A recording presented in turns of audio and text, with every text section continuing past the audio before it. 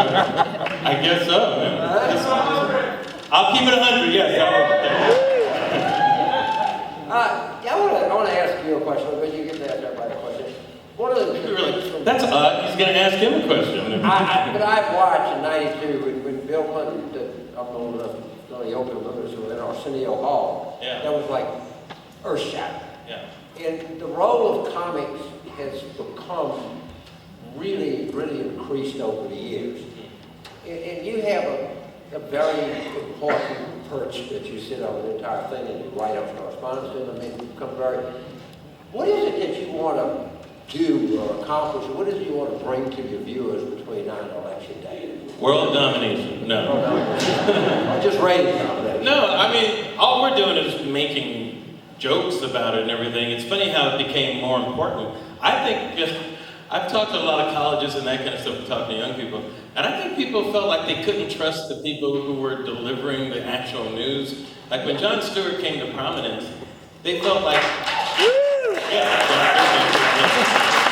they felt like they weren't sure like what CNN was telling them, they weren't sure what Fox was really telling them, you know. They felt like both sides had an agenda, MSNBC, but they felt like Jon Stewart was at least going to keep it real with them, you know. He was going to tell them the truth, and he was going to be funny, and it was entertaining. So I think a lot of people started turning to Jon just for some clarity, especially during the 2000 election. That's when The Daily Show really took off during all that chat and all that crap. But here you are, I mean, if I was a guy like you in a comic, and I've been in politics for a long time, and people always come up to me and say, have you ever seen anything like this? And I said, no. But being a comic and just having this cycle, and particularly the great orange one thrown into your lap, I would go like, how can I be this lucky? Bad for America, good for me, unfortunately. Yeah. I mean, you know, that's the thing about train wrecks. It's good for people that repair trains, you know, unfortunately. But I've never seen anything like Trump. I mean, you've almost run out of words to describe him. When his own party turns against him and everything, I've never seen that. He's the nominee and they don't like them, James. I mean, as long as you've been in politics, you really have never seen anything. I've never, you know, Larry, if you think about it, the Republican Party's been around for 162 years. Yeah. It was always been sort of admirable that it was always very orderly, and it was this whole thing that Democrats fall in love, Republicans fall in line, and there was always some truth to it. And like you're sitting here like watching a dream, a kid that the plane is going down, and you go, oh shit, it crashed. And you almost watch it, they're not going to do this, and then boy, I'm a pastor, it's just flaming thing. Yeah, I kind of coined this election as between Trump and Hillary is between alien and predator. That's what I said. To me, the Clinton campaign is a perfect killing machine. You know, it'll destroy anything it's found. And Trump is like alien. He gestated in the belly of the Republican Party. You know, they didn't know what was going on. And like John Hurt, you know, the movie, they're just eating their soup one day. Burst out of the stomach, running across the counter. What is that? You created that. That's what that is.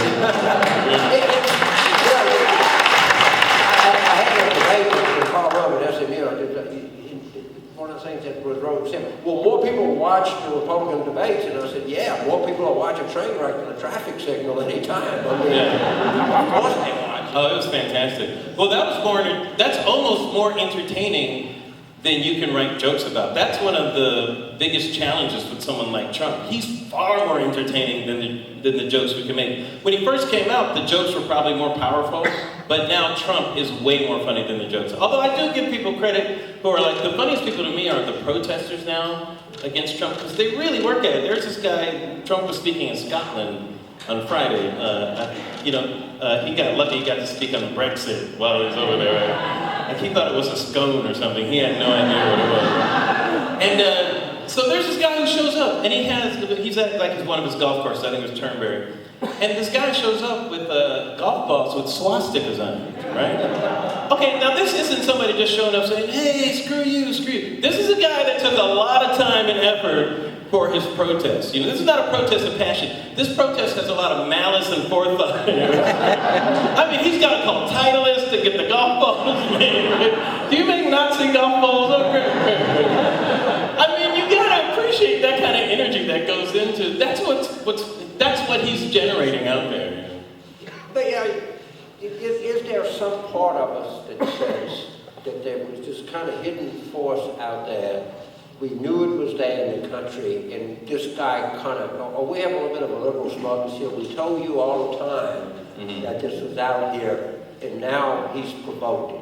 A little I told you so? We knew that all the time, and now do you kind of feel like you're watching this and you're seeing something come up that you always suspected? Yeah, it's like, you know, when you're washing dishes and something comes up from that drain that was, you know, was washed down months ago, and you're like, what the hell is that? That's ugly. It's like, well, you've been eating this stuff for a couple hundred years is what it is, you know.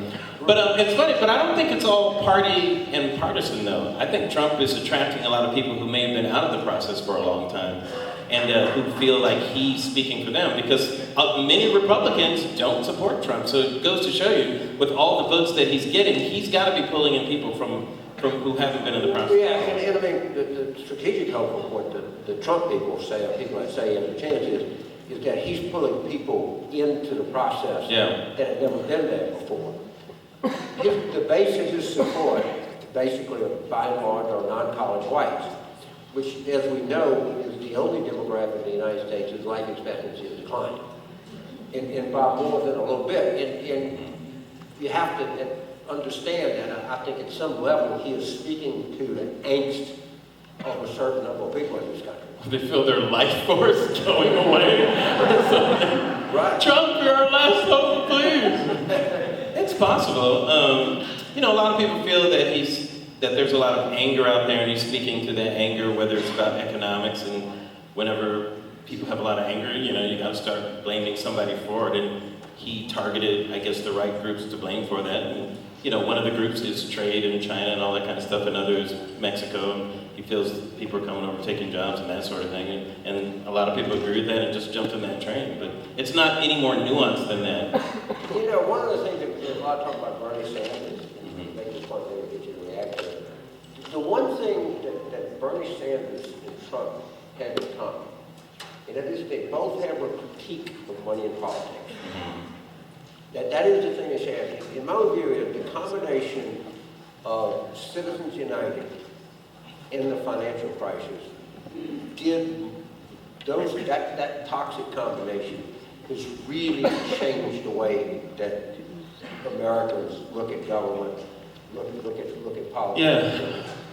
It's possible, but let's say if I accept that premise, I would say the distinction is that Trump has told us that he has been complicit in that deception. You know, that he has been the one gaming the system all the time, and now we're supposed to trust him with the levers of the economy now. That's what he's saying. I've been cheating you, so now put me in charge. But when Trump says, yeah, I'll give money, that way they return my phone calls, I need to get something, and people think, is there truth to what he's saying? Yeah. Of course there is. Yes, but he's making a dishonorable argument, and I think Bernie's making an honorable. I agree that Bernie's argument is more honorable, but I think there's more truth in some ways to Trump's argument. I definitely like for Trump, but he's making the kind of critique, and people go, well, you know, you can't argue with that. Well, I don't know if there's more truth because it's such a shallow argument. Trump doesn't go past the first part of the argument. You know, he only goes to the front part of it, and people get on that train, and a lot of people can get on that train, but he doesn't go any further. He doesn't really explain the mechanisms of it. He doesn't get into details of it. You know, all you have to do is agree with the first few words of his sentence, and you don't listen to the rest of the paragraph, which is usually a repetition of those first three words of the sentence. You know? That's all it is. He's never finished a sentence, by the way. One of the things that people point out, he doesn't have an ideology, he doesn't have an economic framework. Correct. He doesn't have anything. I consider Trump the leader of what I call the upper class. That's what I call it. That's what I call it. The upper class is someone who they use crude language plus shallow thought plus charisma, and that equals popularity. And that's what he's writing on, But it's the shallowness of his thinking which really troubles me more than anything, because I feel he's capable of doing anything. I did not, but a friend of mine... And we have nuclear weapons. A writer. Yes. Before you were a comedian, you were a very accomplished writer. Oh, and you're very... What are you doing? Well, just tell us a little bit. I'm really curious. Like, who were the kind of influences on you in your writing, in your comedy, the way you see things? Sure. Give us a little bit of background. Let's find a bit more about that. Sure. I've had a lot of influences. A comedic, everyone from the Marx Brothers to Keaton to Flip Wilson was one of my earliest influences in television. He was just so funny. Monty Python growing up. I could keep going on. People like Mel Brooks, even Carson in Late Night. I thought what he did was really good in news. I was a real news junkie growing up too, and Walter Cronkite, I watched every single night. I just couldn't get enough of that. And I actually got a chance to meet Walter Cronkite once. It was great. I got an award for a show I did called the Bernie Mac Show. And we won But we were very lucky enough to win a Peabody Award. It's very rare you can win that, and I was so honored. I'm just honored to win it. But Walter Cronkite actually gave out the award, and I was a huge space junkie when I was a kid. Loved space, right? All right. So, and Walter Cronkite was one of the first impressions that I did. Walter Cronkite, it was just as I was a kid. And so I actually made Walter Cronkite laugh, and I was very proud of it. And so when he gave me the award, I said, "This is so amazing to me. I never thought I'd ever hear Walter Cronkite say my name. I mean, in my wildest dreams, I thought I might hear astronaut Larry Wilmore blasted off yesterday." But if I'm lucky, the most I would get was Larry Wilmore was arrested yesterday. I mean, that would be the most if I was lucky. Or in the best of worlds, former astronaut Larry Wilmore was arrested yesterday. And Walter Cronkite laughed, and I was like, yes. Made Walter Cronkite laugh. Well, Lyndon Johnson famously said that when Cronkite turned on the Vietnam, he says, "I've lost Cronkite, I've lost the country." Exactly. Yeah. But this is something that, when Walter Cronkite, Chet Huntley, David Brinkley, these people had real influence. Yes. But now it's totally dispersed. Correct. And do you think one is better than the other, or is other? Well, I just wish people would be honest about it. Like instead of Fox saying they're fair and balanced, just saying we're conservative. I have no problem with that, but just say what it is. MSNBC, you say, lean forward. They could just say lean left.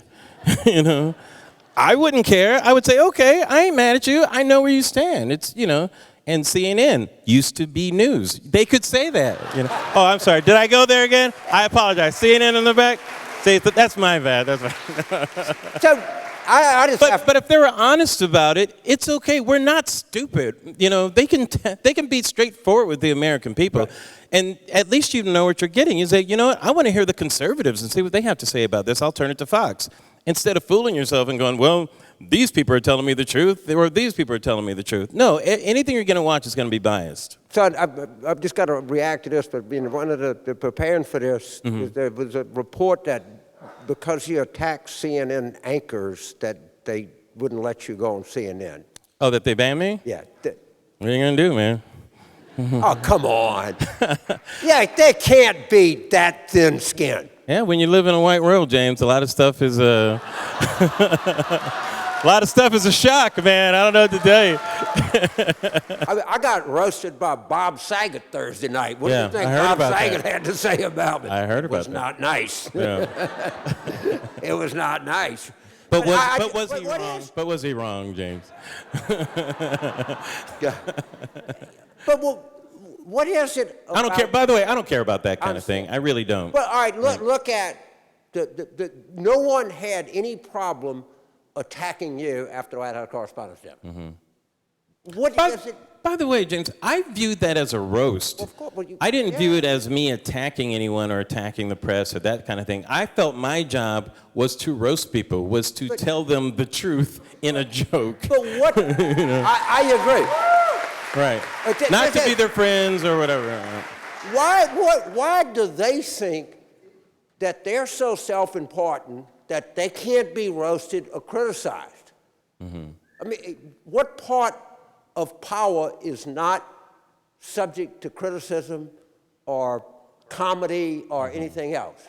I think it goes back to the emperor is naked. No one wanted to tell the emperor that. Anytime you're in power, no one wants to tell you that you're naked, you know? And there's a lot of people walking without clothes these days and need to be told that sometimes, you know? You know, and you know, that's all you can do. Like, from my point of view, I just wanted to have fun and do that. And if people are upset about it, I don't know, maybe I did my job, I don't know. Yeah, I mean, they want to bring, you know, smart, funny, edgy people in there, and then when people stand up and they're smart, funny, and edgy, then they all act they're horrified. By the way, it's not everybody. Many of the journalists had a great sense of humor about it. You know, it's not like everyone was upset. You know, I mean, Don Lemon flipped me off during it afterwards. He said, that was great. I said, motherfucker, you flipped me off. What are you talking about? But he was very nice, you know, about it. And, you know, some of the other people, it's just, you know, there's people like that. You can go anywhere and find people that are going to be like that, though. But I mean, the point is, a lot of people thought you were really good, but you got a lot of criticism, too. Sure, that's fine. But some people, I mean, people are like, you know, they said, one line about me was, he looked like he was sired out of a love scene in the film Deliverance, you know. Oh, my God. Once again, are they wrong, James? Right. Once again, I'm just saying, we're keeping it 100. You know, that was horrible. I apologize for that, too. Well, see, you're not upset. See, look at that. I mean, do you think I'm going to, like, get, you know, all the stuff they during the impeachment and the things that they said? Right. But what I really don't, and I'm just you, and you're not a powerful guy, so you're like, what is it about some people, not all, that attain a level of influence and power that believe that they shouldn't be criticized or mocked or made fun of? That if you're smart enough to get there, then you're smart enough to know what comes with it. Yeah, I think more court jesters were probably executed than they ended up living long.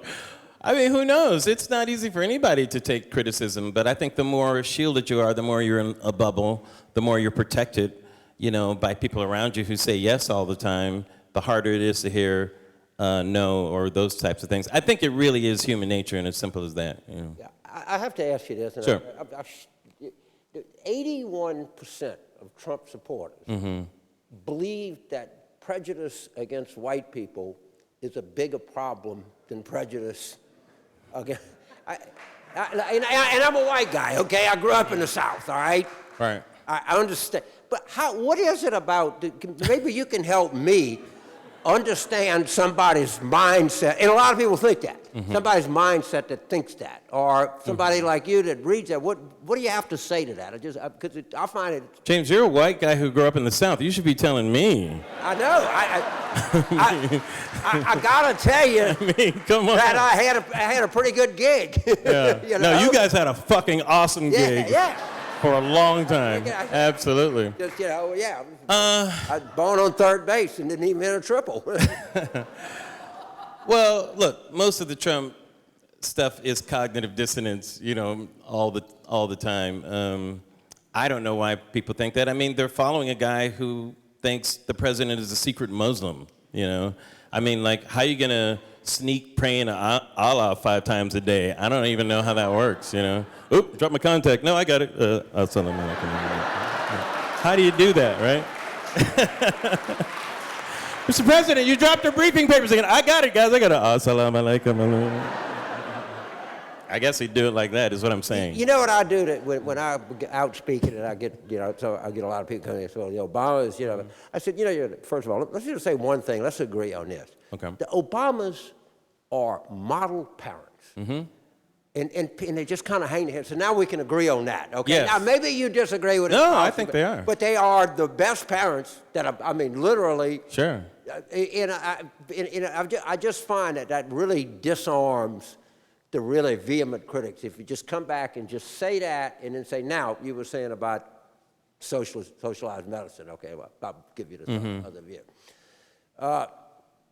What is your What is it, and I know this is a broad question and not an easy one, but why not? Sorry? What is the one thing, in your close, astute observer, what is the one thing about politics in the United States that you wish would change, that you think could change, as opposed to... I wish we would break up this two-party political system. I think it's one of the worst things. It is the thing that has caused gerrymandering, which is a byproduct of it, and so you keep getting the same people in the office who are entrenched on extreme sides of their parties, because that's how they keep getting elected. If we could have 3, 4, maybe 5 parties, I don't know, mix it up a little bit, share the governing between people with disparate ideas, I think there could be a real good movement for actually 2 different types of centrist parties, a center-right and a center-left party that could have some really good political clout if people really joined forces on it. But I think people are tired of nothing getting done. And a lot of them, yes. And it is because people are so entrenched. When your ideology is not to pass certain legislation, but it's to make sure someone doesn't get elected, you can go fuck yourself as far as I'm concerned. You don't belong in office. You don't belong in office. You know what? When it comes time for the election, that's when you should be electioneering, to make up a word, you know. But when you're governing, govern. Get something done. What happened to being collegial and working with the other side? You know, you can say your rhetoric or whatever, but get something done. That's what you're there for. So I think let's break it up. Let's have several political parties. I think that would be good. I teach young... Yeah, and then there'd be places for people like Bernie Sanders, you know, people who don't quite fit neatly in the political parties. I don't even know if Hillary Clinton would be a Democrat. No, she's a Democrat. No, trust me. Say she's a Democrat. Mm-hmm. Yeah, my own view is I think that our arguments have become apocalyptic. Mm-hmm. And that there is no, and I tell my students this all the time, there's no public policy that is 100% good. The closest I can come to it, and I've thought about it for a long time, is taking lead out of paint. But somebody made a living in the lead business. Somebody brokered it, sold it, mm-hmm. You know, mined it, did whatever. I mean, so well, people made money in the slave trade too. You know? Right. Yeah. So the economics of it should not be the research now is it was an unbelievably profitable enterprise. Of course it was. Yeah. And yes, it was. And people say, well, you may be, but everything. And by the way, the problem in Flint was done for an economic reason. They were trying to save money. Clean water right. costs money. Yeah, no, it does. But some things is close to 100 to nothing. But you know, when every argument tends to be made, if not now, when, if not who, us, we stand on the precipice. The choice is prosperity or death. Which side are you up? Yes, okay, I know. I don't know. That's a hard choice. Yeah, I know. A second, you know. All right, prosperity, I guess. You're going to twist my arm on it. So you think that we need more choices in American politics? Completely. I mean, look at the Republican Party, how much they have to contort themselves and twist themselves into these red meat politics during their primaries. It is hilarious. As a comedian, it's enjoyable. As an American citizen, it is not. When you see people who might otherwise be reasonable have to take these positions, and, you know, it happens on both sides, too. It's insane, you know. But why, and everybody feels this way, why is it getting worse? Mm-hmm. Why do we feel like it's moving away from us? Did we do something? Did they do something? Did something happen in the world? What is driving this? Which part? The fact that it seems like people talk at each other, not to each other. There's a lack of collegiality in politics. There are apocalyptic arguments being made. Why now? Well, people started... at least in this last, let's say, 25-year cycle, and I'm sure it's happened before. I always say, look, let's not act like politics just got corrupt. Caesar was stabbed on the Senate floor, right? So it's been corrupt for a long time, right? But it does, I think it goes in cycles where it checks and rechecks. But certainly in the last, let's say, post-Bork cycle, it seems to me that politics has gotten more into the politics of destruction of character, you know, and of people rather than of ideas and policy. I'll never forget when Bill Clinton was elected and hearing on the radio. This is when Rush Limbaugh was just in his infancy and starting to get really listened to. And I listened to everything. I try to spread the dial and that type of thing. And I remember him making horrible jokes about Hillary Clinton, and the way that she was treated in those. I'll never forget in those first few months. I mean, horrible jokes, nasty jokes, not even funny. I mean, just I can't even repeat some of the things. And I thought, this is terrible. And the way that the Clintons were treated during that period, not that they were saints or anything, but I thought the way that they were treated was completely different than I had seen before. Because even the Reagan jokes I thought were kind of, jovial jokes. The jokes against Carter, same thing.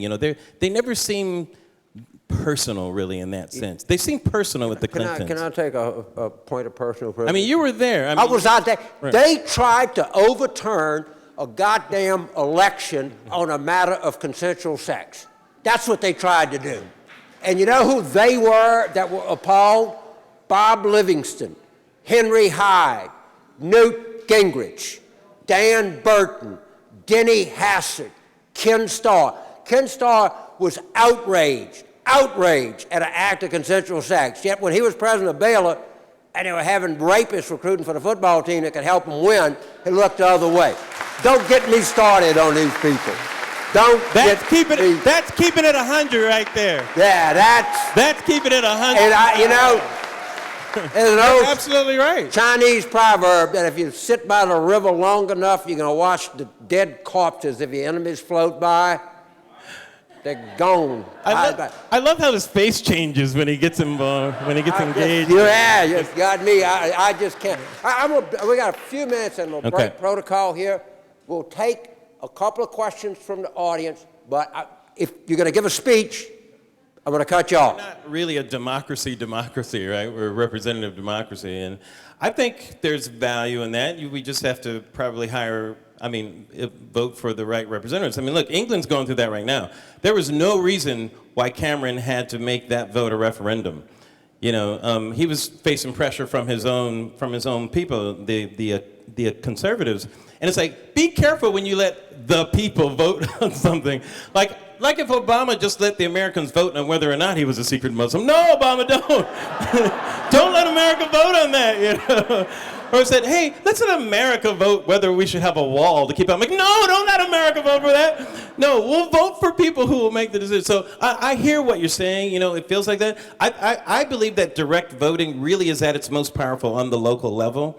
And you probably agree with that, where a lot of changes can happen at the local level and branch out and branch out and branch out, But at the federal level, it's hard enough to get anything done, but, God help us, direct voting, if we did it right now. I wouldn't even know what to think of that. Yeah. But, you never know. We could be wrong. I think that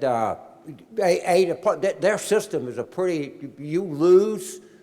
Yeah. The parliament, you're out that night. They Right. don't have a transition period. The new prime minister sleeps at number 10 Downing Street that very night. Right. And they have sort of party, and if they wanted to go, somebody wanted to, the time to do it as an election, at the sort of heat of the moment, you make a decision like that and just kind of think it out. But I think Cameron is justifiably getting slaughtered in this thing, and I think there's good reason for it. Anybody, a quick question? By his yes, own sir, party. please. What do you think it's going to take to make Congress work and actually get something done? I think Obama's exit is probably the first thing. For some reason, they don't want to work with that man. I don't understand it. People say a lot of different reasons. I'll let you have your own.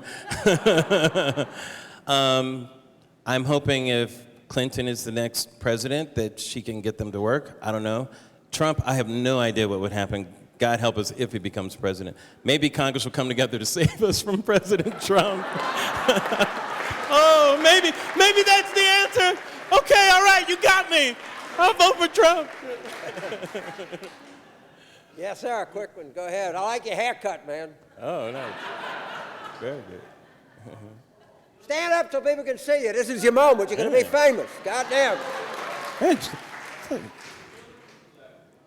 If Hillary's elected, you say? Mm-hmm.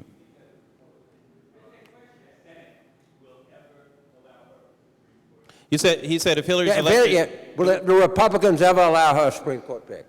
Oh, yeah, they have to at this point. No, they will. They absolutely will. Oh yeah, they will. I mean, they'll see how stupid they were to let it go that far, and I hope she appoints the most liberal judge she can find. If she does at that point, that would be awesome. I actually think that if it's like 3 days, a week before the election, and I suspect it's true that they think she's going to win, they'll just come in and nominate and just vote to confirm the guy. Boom. Oh, Merrick Garland? Yes. I think that's a real possibility that they're going to get a lot of pressure, unless the president will have to pull his name down like quick. I think that's a real possibility, and I think a lot of them are saying this. I have this is Mike Murphy brought this up. There's a thing called predicted in 8 cents to win $1, and I have $800 that Trump is not the Republican nominee.